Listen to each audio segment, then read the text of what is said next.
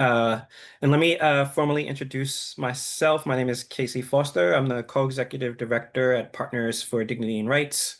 We're hosting today's webinar with our partners who we're featuring on the panel. And we'll introduce our amazing panelists when we get to that section. Um, we're here to talk with folks that are building assemblies on the ground in communities, and our own Ben Palmquist, who's been studying assemblies and the different forms that assemblies take as vehicles towards building a more just and equitable democracy. And I think the way we wanted to kind of start is taking a page from Grace Lee Boggs and thinking about what time is it on the clock of the world right now as we're having this discussion. And here in the United States, we are in a place where the Trump administration has moved with lightning quick speed to dismantle the administrative state and weaponize government, slashing social welfare programs through its legislative packages, gutting the public sector, undermining unions, consolidating power in the executive branch, all while targeting immigrants and political opponents, rolling back LGBTQ and women's rights, access to healthcare, and oftentimes opening up our public goods to their corporate partners to be privatized and kind of taken out of access to many people here. And so all of that kind of brings us to these difficult questions today about much of what we are trying to do, whether it is mobilizing people, organizing people in the workplace and private spaces, about what can we be doing now, and particularly for today's conversation, really trying to navigate some difficult questions about what we can learn from assemblies that we can apply to this moment as we're applying other strategies. What progress can communities make by building vehicles to work with the administrative state on the local level? What forms of assemblies can build the kind of power we need to build new systems that don't currently exist? These are all questions that our panelists have been navigating and wrestling with together. And it's both the abstract and then the pragmatically where they're practicing by building assemblies where they are. And we can't answer these questions in one webinar, but we can open up the space to learn from and with our panelists, and that's what we hope to do today. And we want to start by bringing in Ben Palmquist, whose report on assemblies has helped to bring us here together today. So I'm going to pass it to Ben to share some context for what brought him to build this report and engage with the panelists and many other allies to help you create and build out this new report that we're releasing. Thanks, Casey. Yeah, it's I know we're all living in trying times, certainly here in the US and around the world. But I'm super excited about assemblies and super excited to have Esther and Catherine and Evan and Lindsay on this call. They're all doing really exciting work you'll hear about. I thought I'd start out. I'm going to share a few slides, just giving sort of a little bit how of a story about how we came to this work. So, Partners for Dignity and Rights, we work with community and labor organizations, mostly in the US, that are sort of organizing for economic and social rights, for equity and justice. So, making sure that everyone has housing, education, healthcare, work with dignity, and so forth. And we're over 20 years old, have gotten to work on amazing campaigns with folks, learned a ton. But one of the challenges that's come up over time is it's really hard to win good policies, but just winning a policy is not enough, right? There's a real challenge to move into how do we actually implement policies in ways that are effective and that touch people's lives in positive ways. And part of the solution is that the folks who are sort of directly impacted by policies need to be part of building and implementing those solutions. And so we sort of like have kept coming back over time to these questions about governing power. What does it actually look like for people in economic and political systems to be part of actually the solutions? As you know, as Casey mentioned, this is sort of happening in multiple arenas, right? Folks are doing important electoral organizing work to elect better folks as political leaders. People are pursuing legal strategies, mutual aid, a lot of different things. But one of the things within that larger suite of strategies, co-governance or collaborative governance, where community groups are really sort of stepping in with folks in government and figuring out a role of like wielding governing power in through the administrative state and how we actually sort of build things feels like a really, really important part of the solution. And so in this realm is sort of how we've come to Assemblies, which is what we're here to talk about today. So I've been just learning a ton, talking to people, working with people around the US and a little bit around the world who are doing sort of a lot of great assemblies on the ground. And I'd say broadly speaking, I'm generalizing here, but like there's sort of two main spaces where assemblies have been operating. So one are movement assemblies that are run by community organizations, labor unions, sometimes political parties that really have a primary goal of building power. And so these can be, they're normally sort of bringing in their own members or people from their broader base they're trying to organize.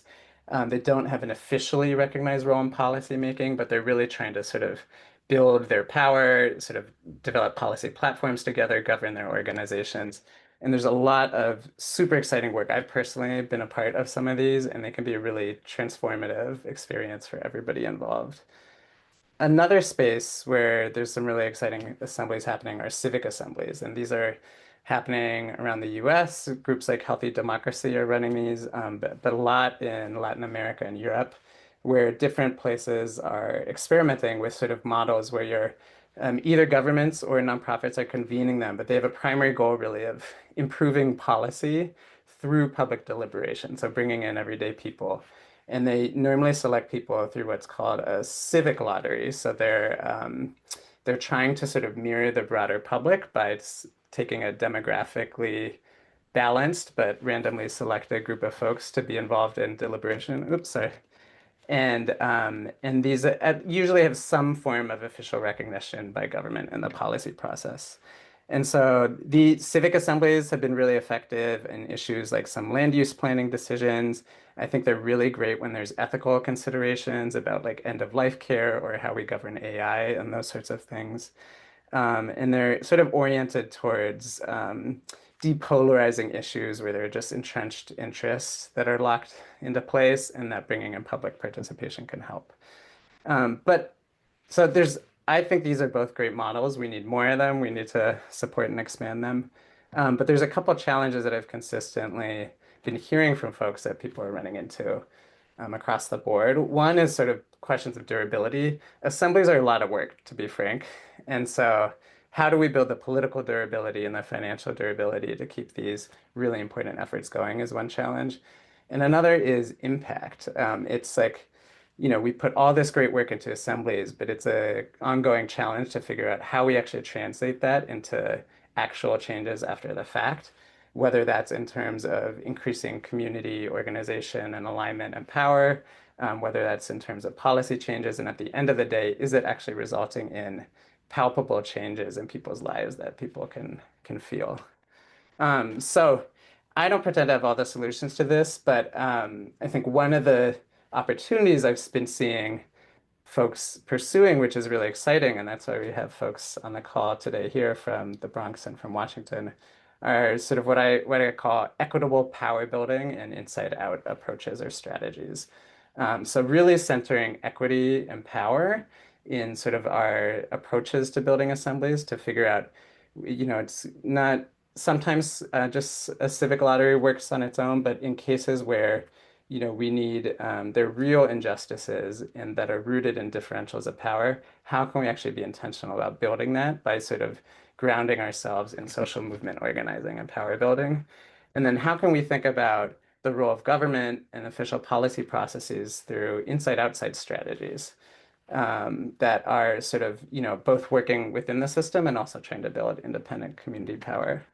So folks, we'll hear about these assemblies today in Washington and the Bronx, and there's examples that I think folks are leading around the US and around the world that I'm sort of calling governing power assemblies. So have this shared orientation where they're really rooted in community and labor organization, but also in collaboration with government. So they have some official recognition in the policy process, various recruitment strategies, but the sort of shared goal of building power and influencing policy.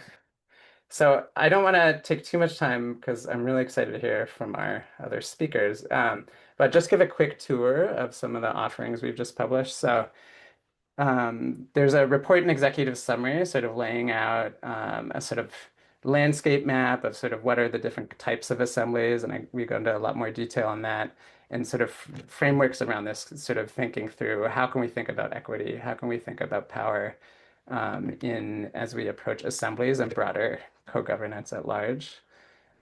We have some really exciting case studies I'm super excited to highlight. So our case studies today from the Bronx and from Washington, as well as some case studies from Brazil, national level, and Porto Alegre's participatory budgeting assemblies. A couple case studies from Brussels, Belgium, from Jackson, Mississippi, Madrid, Petaluma here in California, Los Angeles, and Wisconsin. And then in addition, we have a few tools, and so we can drop the links to everything in the chat. But a few of the tools we're offering are key steps to plan and run an assembly, which is sort of a sort of beginning to end, sort of from pre-assembly planning through follow-up after an assembly happens. Initiating community government collaboration, which I think Esther and Lindsay will be able to talk to more today about sort of for folks who haven't been working together inside and outside, like what are some of the orientations and steps you can take to start to build relationships.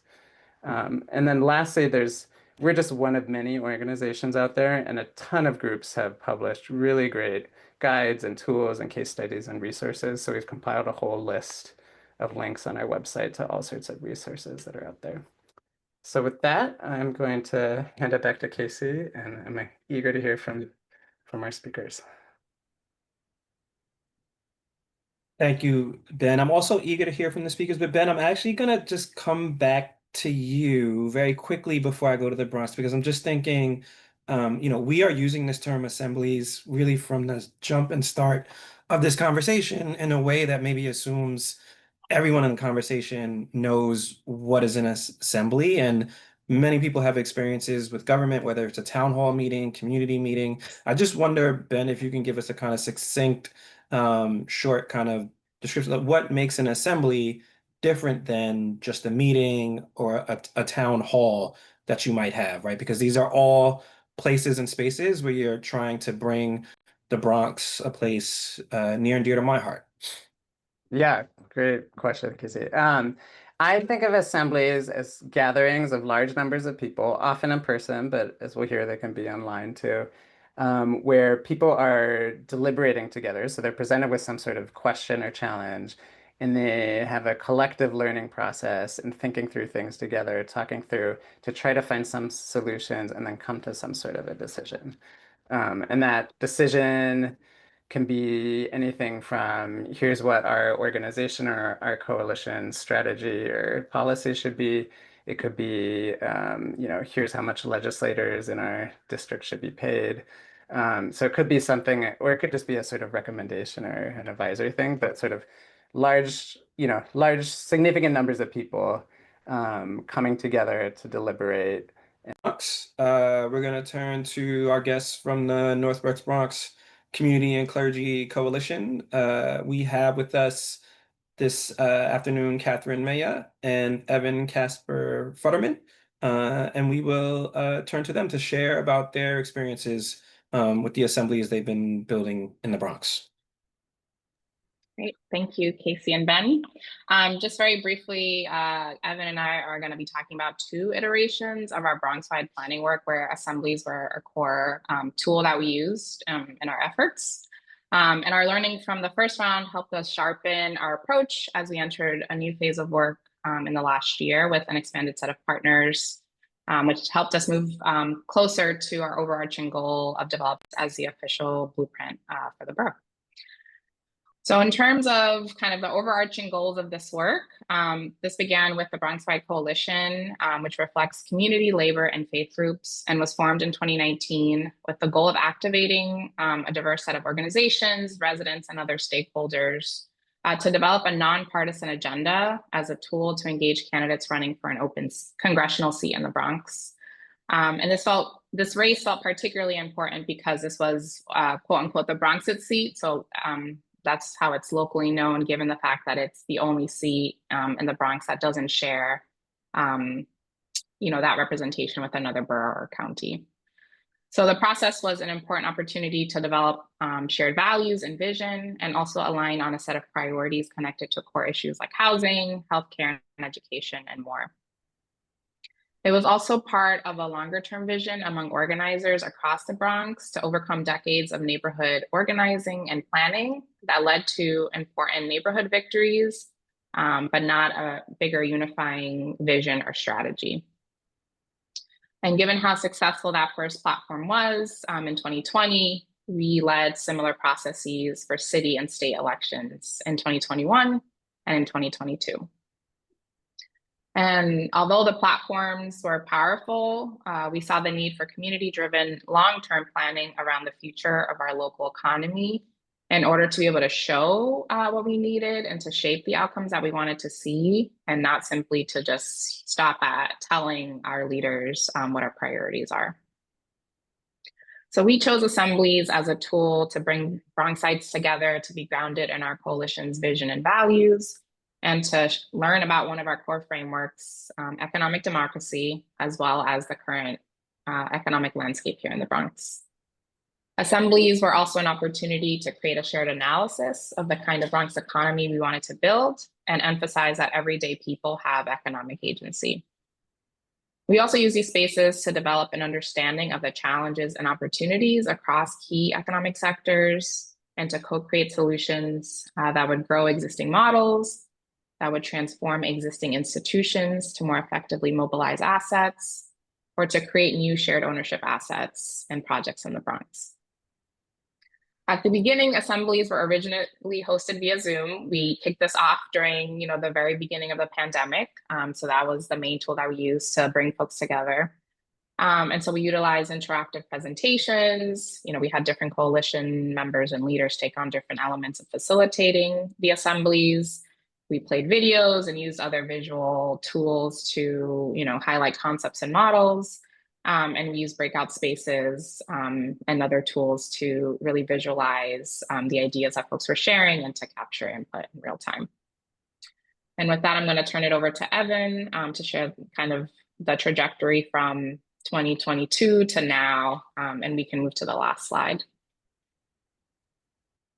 Great. Thanks, Catherine. So as Catherine was saying, in the course of developing these people's assemblies and having them mostly be online, we held our first in-person event in the fall of 2021. And after having gathered all of this people's knowledge and insight over the course of these engagements, we then spent a couple of months in 2022 digesting and analyzing and kind of building a thematic vision of what did we hear, which we then sort of tried to translate. And what was a challenge for us in working with our community labor and faith partners at the time was a really important but necessary sort of learning or growing edge, moving from what is often and sometimes pejoratively called community development. Of course, we don't see it as a pejorative label, but moving from community development to economic development, which is often seen as like what quote unquote the real economy is about. Community development is about playgrounds or like, things for young people, right? And there's an orientation in which it's not real economic development. And so taking our own partners and working together collectively to unearth or break free from our own internalized sense that what we were going to do wasn't the real economy, that we were actually engaging in real economic development. And part of that was to collect a series of projects that we had vetted and developed and synthesized. And because we had done a lot of engagement with people, we had a base that we wanted to also mobilize asynchronously using an online engagement tool. So we found this platform tool called consider.it or Consider It, and developed our own page called Bronx.considerit, which we used as the way to kind of show the public online all of the projects that we had gathered and synthesized, connecting it back to the feedback and the thoughts that we had heard throughout the course of 2021. And it was a really useful and valuable way to complement in-person engagement, but for sure was not a replacement for in-person engagement. We continued to host in-person assemblies in 2023 as the Considerate was live, and we used it as a way to engage new people, but also collect the thinking of our existing base of folks who were continuing to show up in person. This work together collectively resulted in us creating a rubric, working together to understand priorities, how to prioritize projects based on readiness, based on their alignment to our vision and values, based on the extent to which there was already a working model or a pilot actively engaged, or whether it was merely a conceptual idea for a project in the future. And as we began in the course of 2024, to sort of launching our first advocacy campaign oriented around green jobs, in which we then ultimately did advocacy work in Albany, the Bronx Economic Development Corporation, which is sort of the borough president's economic development arm, went to us and said, you know, listen, like we see that you're doing this work. You all, the work of your coalition is really the group right now in the Bronx that's doing the most thoughtful and insightful work on what the Bronx economy needs. We'd like to work with you to create an economic development plan for the borough using this federal grant called the Comprehensive Economic Development Strategies Grant, which is a federal grant, which we can talk about more in Q&A if we want to. But basically, since that time, since the end of 2024, we have been working now again, doing assemblies, but now, as Ben was saying, in partnership and in collaboration with a sort of semi-governmental, quasi-governmental agency, this Bronx Economic Development Corporation. And it gave us a second chance to rehearse again how to bring in new audiences, new people, new institutions in this process, which was important so that we weren't just for the sake of holding assemblies again, inviting the same people back to have the same kinds of conversations. These SEDS process, right? So now that we're engaged in this sort of more official planning process, provided more opportunities for us to think about then the future, what comes after the role of planning, so that we weren't just thinking about creating a community plan and then bringing our community plan to government to request or demand implementation resources, but we're now in a position where co-equally we are working and collaborating with a wide range of Bronx economic development stakeholders to shape what that future looks like. And so those next steps of what comes after the plan is completed, which will be about a year from now in June or July of 2026, won't just be on community to advocate for.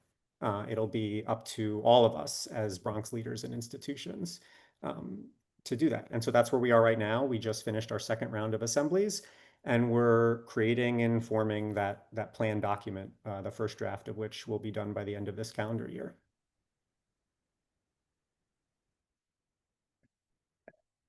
Evan and Catherine, before we go to our partners in Washington, I wonder if you could speak a little bit to, you know, there's a negative narrative around the Bronx, maybe in kind of like the public sphere. It is also true that the Bronx does have one of, if not the kind of economically poorest congressional district, and in many ways, economic metrics in the Bronx have been kind of have not grown at pace maybe with other places in New York, even within the city.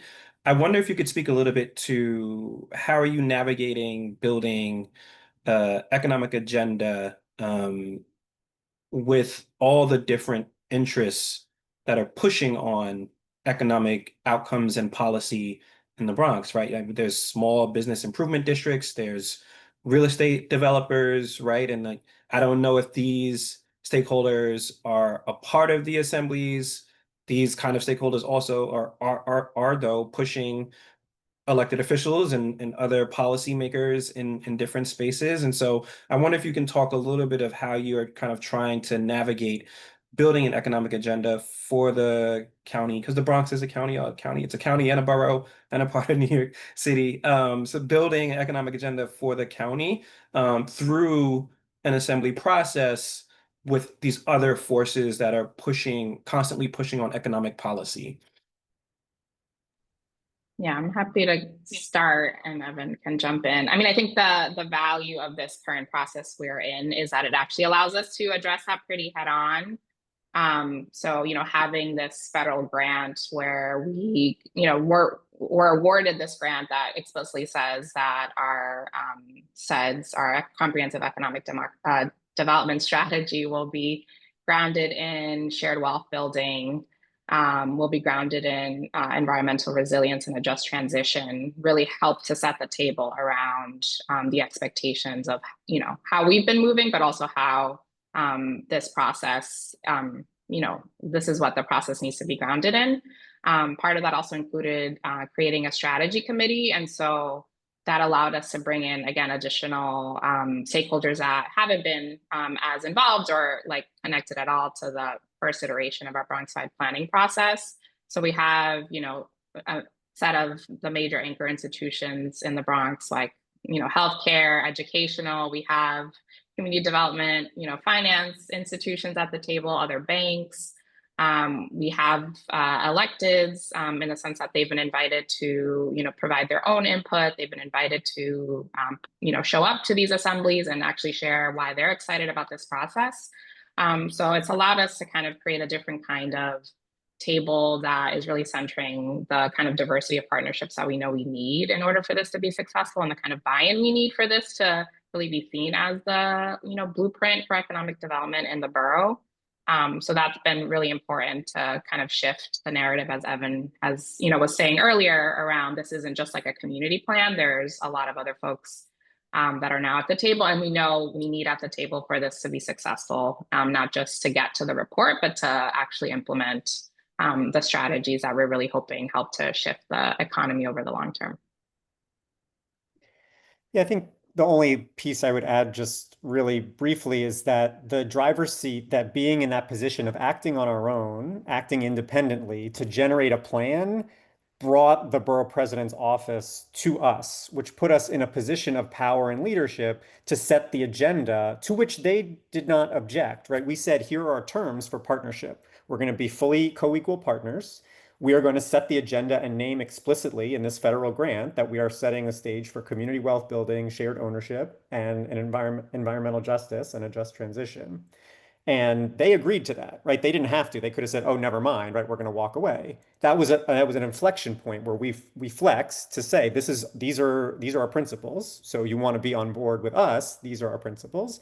And then the next stage is people get to debate. As Ben was saying, these are depolarizing environments where people don't want to necessarily be seen as a stick in the mud. There's collegiality, there's relationship management that other partners also have to engage in these spaces when we're debating together. And so by framing the issues of community wealth building and shared ownership as common sense, evidence-based policy solutions, if people show up and are really crabby and cranky and say, "Oh, I don't like this," or do some kind of ideological opposition to it, they look petty, not right. And so we've shifted the power balance a bit. I'm not going to say we've, flipped the table or anything.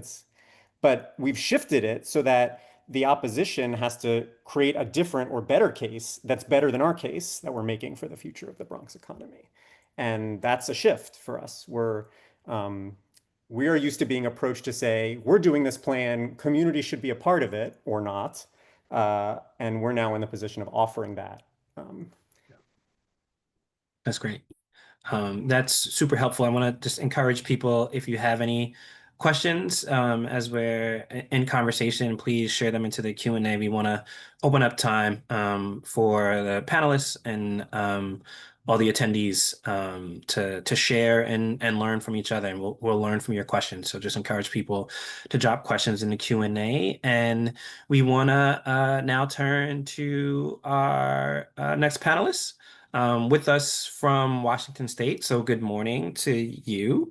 We have Esther Min from Front and Centered and Lindsay Morgan Tracy, who works with the Washington State Department of Social and Health Services. And they have been in a coalition together in Washington State, building assemblies across the state. So I'm gonna pass it to you two.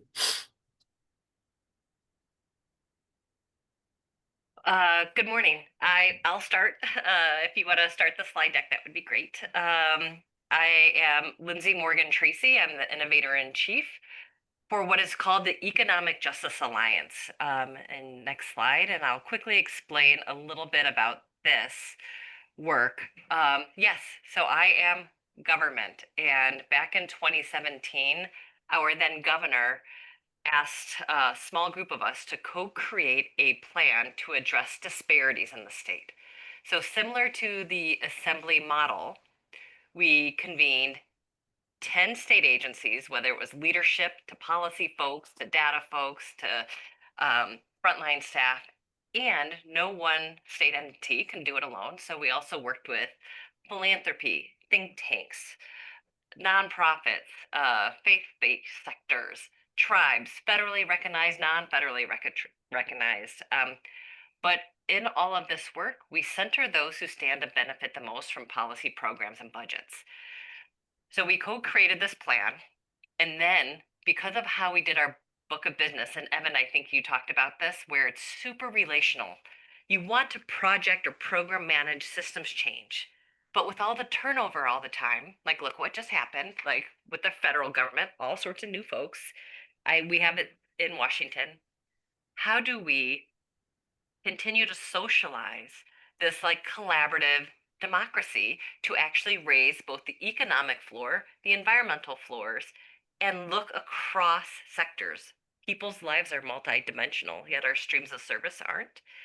So that's a little bit about our work. So the Economic Justice Alliance is an alliance of state agencies, legislators, people, business, and people who stand to benefit the most. And we are continuing to be iterative in how we approach this collaborative work.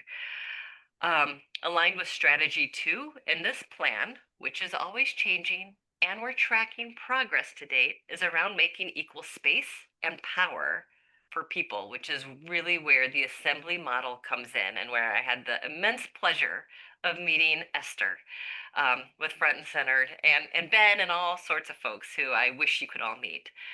And we were able to get dollars to give all to assemblies. And then I asked them as government, please let me show up to all the meetings. Let me take the notes. Let me do the reporting. So we're doing this together and working differently. Like how we are not just contracting, but partnering to like the North Star of well-being. So that's where I'm going to start, and I'm going to pass it over to Esther, but happy to talk about like building relationships across the continuum, building civic muscle is really a way to get to a healthier democracy. All right, Esther, I'm going to let you take it Thanks, from here. Lindsay. So with the next slide, the way that we wanted to really practice collaborative governance with governmental allyship, with community on the ground really leading the way with their expertise, driving the policies that are created, the programs that are going to affect them, and ultimately the outcome that we're all looking for, which is community well-being and health. We really wanted to, we had the opportunity to really kind of practice it at a statewide level, knowing that, these conversations happen at all sorts of levels of government. But is there a way we can really coordinate across the state around from the support from the state agency? I apologize, the male person's here, and so my dogs are guarding the home. So if you go on to the next slide, you will see throughout one wonderful year in the past year we had 6 different community assemblies across the state of Washington that movement partners, so Front and Centered as one of the movement partners, along with Statewide Poverty Action, People's Economy Lab, and with Lindsay and DSHS as a partner. We worked together to support community orgs and anchor teams on the ground for them to create their own spaces. Next slide, please. To create their own series, since we didn't want to dictate this is exactly how you fit into a mold of a community assembly process. We wanted to make sure that people understood what community assemblies are for and how we saw it together and imagined together, which is partnerships, people coming together, talking about the issues and the topics that they care about in their own communities, having conversations where they have consensus and where they don't have consensus, and really working on the places that they want to together commit to working on as that partnership that gathered together and committed, for the 3 different series or continuous days of conversations that people wanted to have. And so we really supported the community organizations on the ground to be able to have those conversations the way that they saw fit, to bring the people together that they really felt like needed to be there. They were left behind by prior policies or prior programs, ones that were really eager and wanting to join this type of a process and wanting to actually showcase, we can do this and we can do this really well. So if you look at the next slide, it's a very general summary, knowing that, all the 6 different community assembly series looked very different with some similarities. All of them had we wanted to activate people with lived experience, provide some structure and some support as they asked us to help, or some of them were like, you know what, we got this. You're welcome to join and you're welcome to listen in, but we can do this without additional support. Building trust with governmental partners, whether it's governmental staff or decision makers that are elected officials. And then some co-learning happened in between people. So the participants that were there based on all the experiences that they carried. So some people showed up as community organizational staffers. Some people worked for their city government or worked for for state government, but showing up as themselves because they know their own communities the best. And so those were very core key elements across all the different assemblies. And then there was a little bit of time that passed where then we, checked back in with folks. We did some debriefing, we did some surveys too. And really, we were starting to see really good, successful signs and really like people demonstrating that these types of efforts for collaborative governance, if you support community to talk about what they know best, it can actually be very fruitful. So if you go on to the next slide, this just demonstrates just how different groups looked. And again, we can't capture all the wonderful conversations and photos, but tried to give you a sample of it. And people talked about affordable and safe housing, mental health, food justice, resources that small businesses need to be able to thrive, transparency and accountability in government, and how to establish trust together. And so, and those are just, some of the many different conversations that we supported as across the state to be able to help collect community data and help understand what the community groups are saying, and also to be able to weave them all across the state together since it is a big state. Lindsay, I wanted to pass it back to you to see what else you kind of wanted to add about some of like what we did across the past year, because we work closely with Lindsay alongside many other partners that we have that aren't here today. Yeah, I would love to, before we get into Q&A, really talk about, I think there's so many great questions, but people do not agree. And when we disagree, which we will, think about how often you disagree with your own family, or your neighbors. And the narrative we're seeing is that we are divisive. But when you come together in the same room, which we did, and we had Republicans, we had Democrats, we had unaffiliated folks, we actually have more in common. So what is the language? How are we rooting it in? We're here for each other to then actually do this collective work. And it's not perfect. There's no perfect representative group. And then how do we continue to champion collectively the co-creation? Because I think it was, as Casey shared, once we get a policy passed, that's not the end of it. Then implementation happens, and implementation can be a struggle. So how are we always looking at that continuum to look back, look forward, and continuously work in this nebulous space rather than it's episodic? It is so relational, continue to move all of these moving pieces forward. And that's been a real magic, beauty, hard. Things don't get passed. And when things don't get passed, are we angry and then we're just going to stiff arm one another? Or do we continue to stay in and figure out how do we improve, learn, and keep going? That's great. I see this talk about a multitasking panel. I see the panel answering questions in the chat. So I appreciate that. I think before going back to the our attendees for Q&A, one thing I do want to try to figure out how to frame this, so bear with me a little bit. This is Assemblies is not the totality of what your organizations do, right? I know Front and Centered right now is on the front line of supporting immigrant communities in Washington that are under attack from the administration. And I know Northwest Bronx Kyrgyz community are building out economic opportunity themselves with this Kingsbridge Armory work that you're doing, right? Like I understand there's many different things that your organizations do, but when it comes to assemblies, particularly where we are at a place where I think no one is really sure how, I'm just going to be frank, how bad what comes next from the federal administration, what that looks like, right?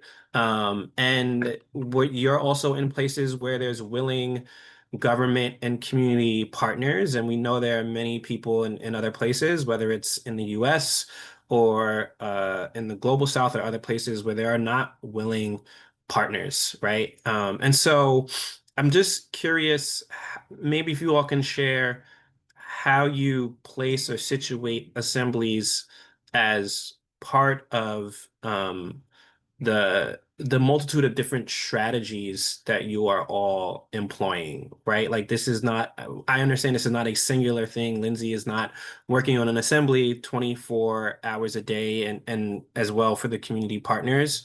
So just be curious for someone to maybe share how they see assemblies as being an integrated part of an overall strategy of the work that you're trying to do to build more equitable and just futures where you are.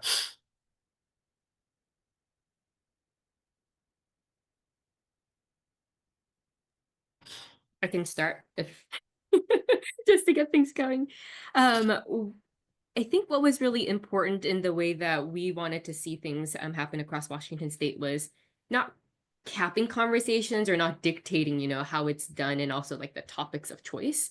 And of course, with legislative dollars coming down, there are some directives, but those are still broad enough, right? It was thinking about community well-being and economic vital conditions. And so with that broad framing and with the support for community groups to then take that to where they really see that need in their own community, I think that helped assemblies be a tool where we did get so many different types of priorities identified, from resourcing mental health and well-being and needing 23/7 centers all the way to really thinking about workers' health, outdoor workers that might be more vulnerable to the changing climate. And so the process in which we kind of activated really helped be nimble to where people needed to go. And I think that was really critical versus sometimes, just because of funding or in the ways that the different partnerships show up, a conversation we think goes one way because the topics that we set forth might look a certain way. But of course, as you all know, when participants gather together, sometimes that is not the most urgent, or that might not be what's most resonating with people. And so really being flexible and adaptive was really important to us. I mean, I can take a similar crack at this, which is, for folks who are familiar with the language of community organizing, Northwest Bronx is sort of in the structured tradition. So we're grounded in one-on-ones, base building, leadership development, and we run campaigns that are either variously directed at city level legislation, state level, federal.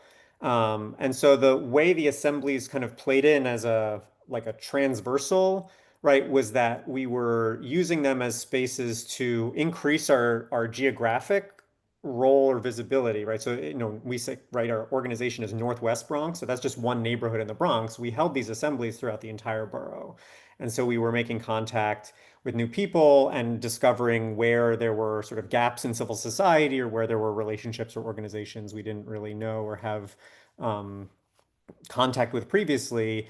And that also helped us shape and make sense of like our own emerging map of where there were pockets of potential allies or partners in coalition, and helped us think about where there were bases of support and potential partners in various capacities for our work. And so it was sort of almost like a roadshow. And in fact, it became literally that, and where our follow-up, and this I think might answer one question that was asked around like education, right, for the general population, is that the thing we realized, and I think there's another question too about planning being super abstract. So we did all these assemblies about the future of the economy in the Bronx, like this long-term vision for equitable development. And what we're doing now that the assemblies concluded in July is we're following them up with kind of 4 straight months of bus tours. And we're going to neighborhoods across the Bronx to look at examples of equitable development, examples of projects, examples of campaigns, examples of buildings that tenants have taken over, examples of like things like our Kingsbridge Armory victory, right? So showing the concreteness of it and painting a picture for what the future can look like in the present, because it's already happening right now. And so the really critical to connect both the knowledge component and the action component in the short term, as that question I think was really suggesting. That's great. And I'm gonna also I know you all are answering questions in the chat, but I want to bring those questions to the whole, some questions from the chat to the whole group as well. I just want to see if anyone else wanted to follow up on where Esther and Evan left it. I would just add, Northwest Yeah. Bronx is a member-led organization, right? So there is kind of that piece of the DNA that like our campaigns are co-created by our members, that our leaders are really the ones at the forefront moving things forward, that folks that are most impacted, right, by these issues, by these systems are actually the ones co-creating solutions.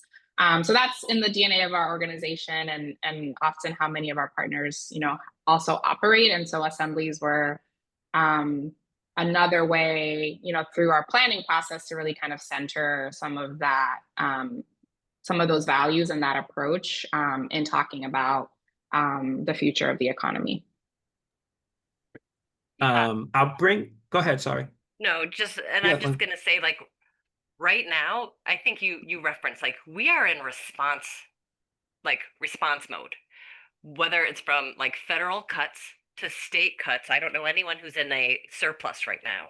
Like, there is like multiple crises that are transpiring. And how do we, in that vein of co-creation and like assembly, like building capacity to like participate where your voice is heard or like listened to? It may not happen, but like you feel connected, that connective tissue. We are galvanizing. I mean, who would think that a state entity could actually galvanize like this work? But we're going to bring together funders, deep-rooted community, and not use like the language of like vital conditions, just transitions. No, we care about people, place, planet. How do we co-create the vision? Because right now, everyone's in response mode. Like, how are we going to do this? It's like hoarding resources. It's like safeguarding. That divide and conquer is designed to get the outcomes it's getting. So how do we come together to co-create that vision we want? So that's some of the work is you like asked like what's happening now, but it's really like rooted in relational trust and like a lot of the work that the assembly models do. And we are not purists in our approach, we're pluralist. So we're not going to pit these things against one another, but how do we like leverage all of the strengths to actually do the work of like democracy, like well-being of like the economy, well-being of our environment and climate. Um,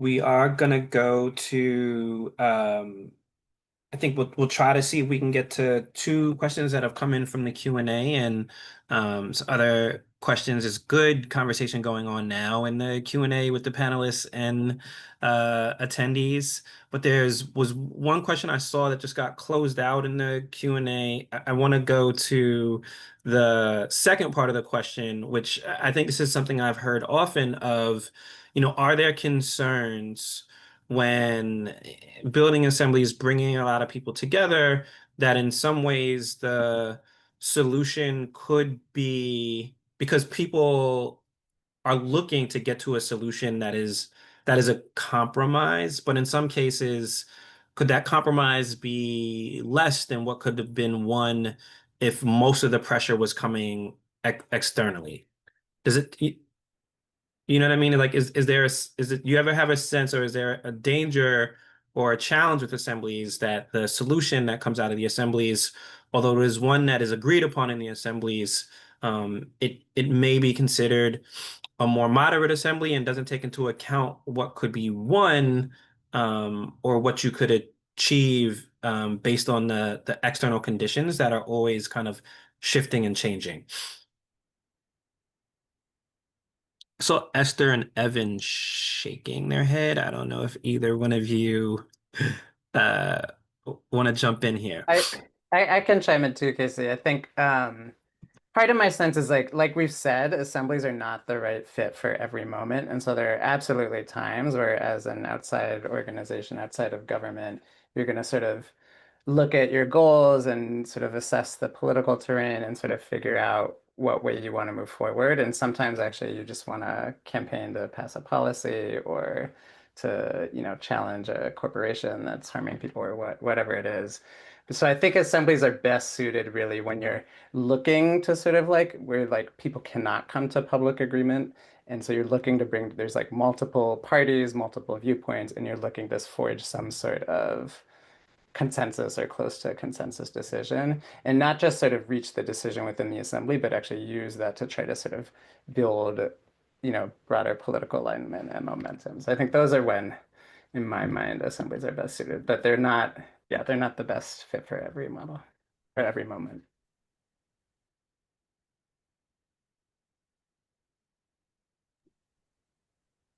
Also, like I just say the way Catherine started, right, with the way that the Bronx-wide coalition started was around a platform, but the reason we pivoted to economic development planning and away from policy platforms was because we just saw a tremendous vacuum and an absence of leadership. So this point that Ben is making around consensus building was our target was no one has a plan. We know no one has a plan for we know developers, we know everybody has their own vision for their piece of the future of the Bronx, but there's no big collective vision. And if we want that to exist, we have the opportunity to shape and create it.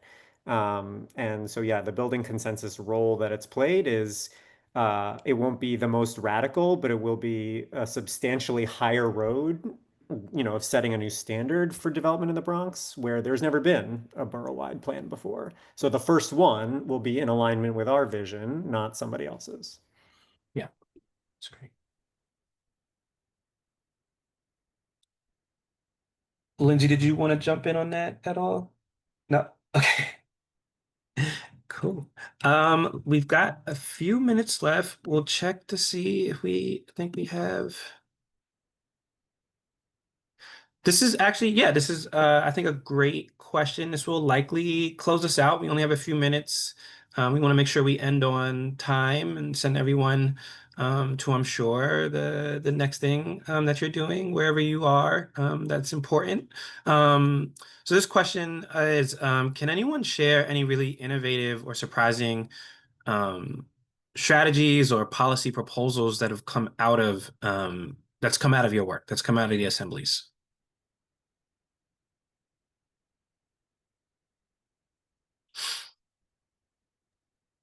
Well, uh, we can discuss if this is innovative or just responding to kind of the challenges we face. But as Evan shared, after our first iteration of our planning work, we settled on what we called the Sustainable Economy Partnership as that first initiative that we wanted to implement collectively. And that was recognizing, like I think someone asked in one of the questions, right? Like plans take a long time to implement. Like what are some things that we can actually do now to move the needle on an issue like environmental justice that we know it has been a longstanding issue in the Bronx, but at the same time, there was a lot of opportunities with, at the time, the EPA grants and resources that were kind of coming down, local mandates around, retrofitting and, making the built environment more resilient.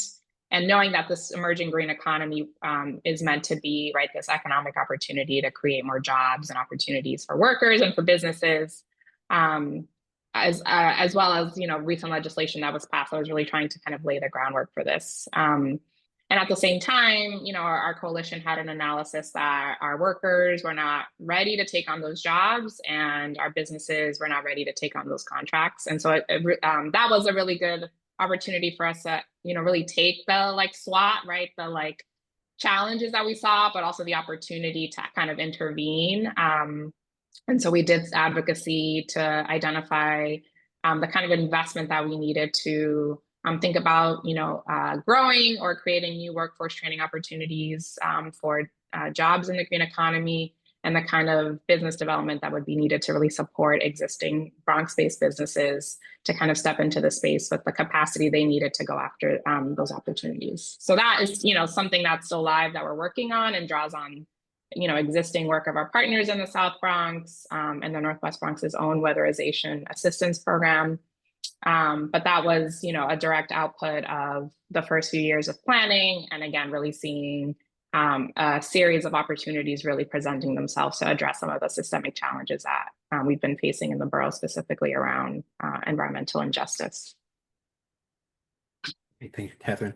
Lindsay, I saw you come off mute. Yeah, I know it's 10 o'clock, so I'm sorry, but I think something that I think was actually beautiful, I don't know if the panel will agree with me, but in February, our collective hosted a webinar, and we had both Republicans and Democrats say what a powerful tool assemblies were.